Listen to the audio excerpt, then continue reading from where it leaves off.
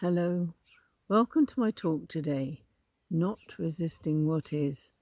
This is part of my series of 10-minute talks on spiritual themes for our times. So, not resisting what is. Let's really see if we can get inside what that means. I suppose first it would be good to see what the normal approach is for an average human being. And I would suggest that's mostly encountering things from a perspective of what's not quite right here, what could have been done better, what do I not really like, what would I have done that would have improved things, on to judgment, criticism, complaining and moaning. There's something about, the everyday mindset, the ego mindset, that is where we're drawn to criticism, drawn to things not being good enough, which reminds me of the Buddhist teaching that goes with this, which is that all of our suffering is caused by wanting things to be different. So resisting what is, wanting things to be different, is a recognizable mindset, I think, for most people, until perhaps we begin to realize that resisting what is, complaining and moaning and not liking things as they are, really takes us to a place of an unsettled mind, and more than that, really into unhappiness. And in a way, we're always putting our happiness out into the future, where if these things get sorted, we'll be happy. And we've got the new house, the new relationship, we've lost some weight, or whatever it is that we're focused upon doing to ease our dissatisfaction with this present moment, then we're going to be happy. And of course, that moment never comes, because when we have this mindset of finding fault, there will always be something to find fault with. So if we could look at that from the perspective of what if we were to simply accept what is. We simply said, yes, this is. At the moment, I don't know what to do about it, if anything, or if I need to do anything about it. But this just is. When we accept things, when we say that to ourselves, I'm not resisting this, I'm letting this be. And in the Course in Miracles, as the teaching, I allow all things to be exactly as they are.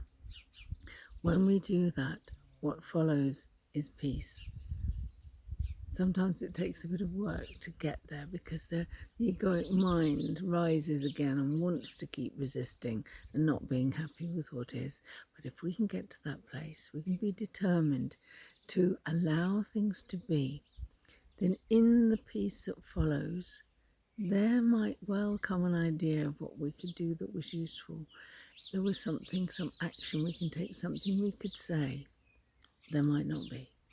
But the important thing is getting to peace so that we can become aware if there's anything that we need to do or say or be that's actually useful for the situation that we see. The worst thing we can do really is to try and fix things, try to control things, because we're just coming from our small minds. We don't know the big picture. We don't understand, again, as the Course teaches us, we don't understand what things are for. We don't know what to do about anything. So the most valuable thing we can do is come to a quiet place where we can actually be in touch with guidance from our higher selves, from a guidance that's beyond our ordinary everyday consciousness. So it's resisting taking action, especially in a knee-jerk kind of way, and coming to peace, and then moving into a moment where we might respond, and then that response can be with grace and gentleness and kindness. Probably compassion is what we need too. So I'm saying, don't act, don't say anything, don't do anything until you've got to a very peaceful place, and then listen from within yourself, and you will find that there might well be something you can do, or at least you're not going to add to the situation by attacking or complaining or weighing in with an unhelpful comment. So it's bringing our thoughts into alignment with higher thought, we might call it. And of course we might think of talking to the Holy Spirit, of of really feeling, not necessarily hearing, but feeling what the right thing is to do.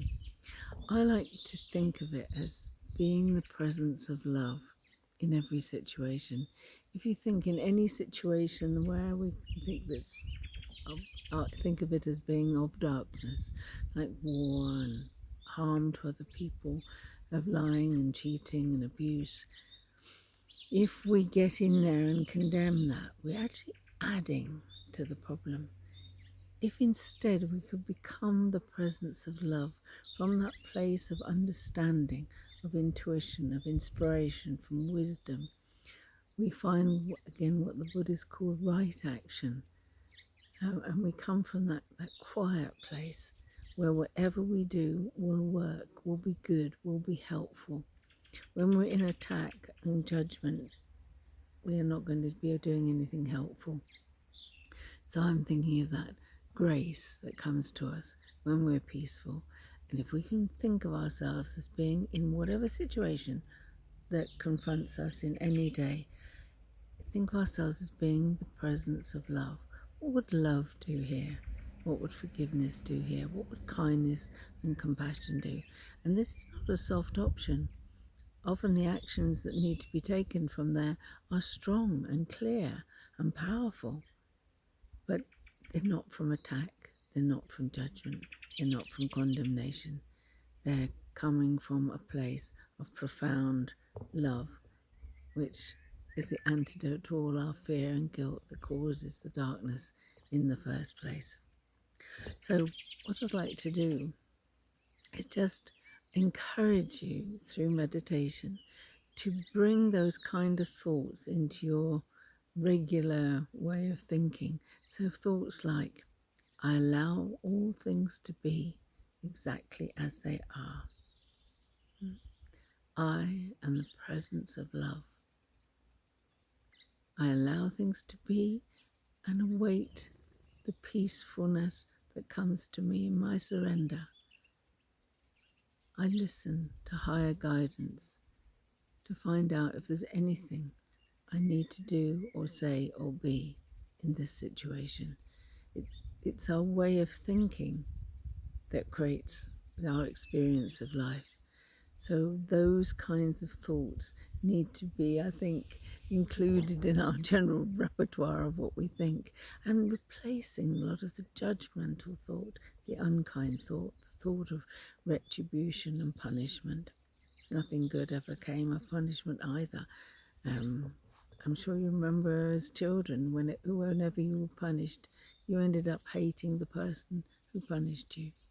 So, not punishment, right action, strong action, but action that comes from a higher place than our small egoic minds. So maybe you just like to close your eyes for a few minutes. Take some deep breaths. You can probably hear the birds singing here. Just focus your attention on them a moment. And this is entirely this present moment. The birds are singing now, not in the past or the future. And there is such peace. And just quietly listening to these sounds that are occurring now. Feel your feet on the ground. Be aware of the rise and fall of your chest as you breathe. Now begin to introduce those powerful thoughts into your mind. I'll say them for you. You just can repeat them in your mind. I allow all things to be exactly as they are. From a place of peace, I respond rather than react. I drop all resistance to what is. I allow all things to be.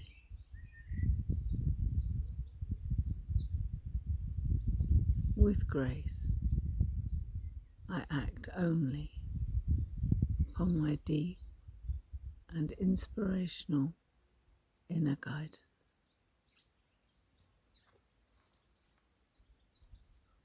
Just gently come back when you're ready. I'll say goodbye to you for today. Goodbye.